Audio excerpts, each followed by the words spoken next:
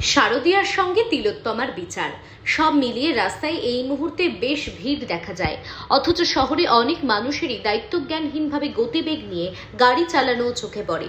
এই পরিস্থিতিতে কোনোভাবেই যেন দুর্ঘটনাজনিত কারণে কোনো খারাপ পরিস্থিতি তৈরি না হয় সেদিকে নজর রেখে বাড়তি নিরাপত্তার দায়িত্ব নিতে দেখা গেল জলপাইগুড়ি জেলা পুলিশকে। ভিআইপি রোড যেটা ডিএম অফিসের সামনেটা তখন হচ্ছে একটু জোরে চলে এবং আমাদের সামনে কিছুদিন আগে একটা অ্যাক্সিডেন্ট কেস এসেছিল।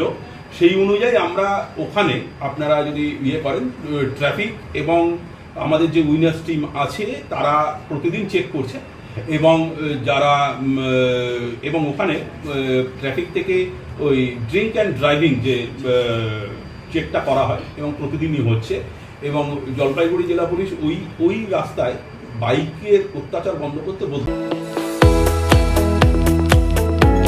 আপনারা দেখছেন ইউএন লাইভ, বাংলা খবরের শেষ কথা।